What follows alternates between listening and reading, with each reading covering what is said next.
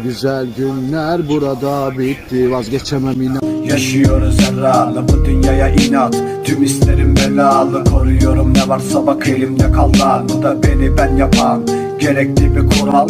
Denedim ederi, yılmam elledim eleği.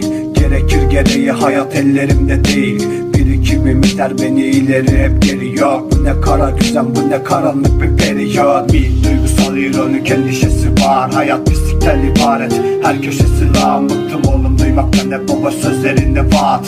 Katlanamam, hiçbir süt tüketmez artık rahat. Gördüğüm insanların ederini yedir nasıl yol. Tek tek veriyorum haklarını çünkü elim bol. Kes nigga, bu yeni teslimat.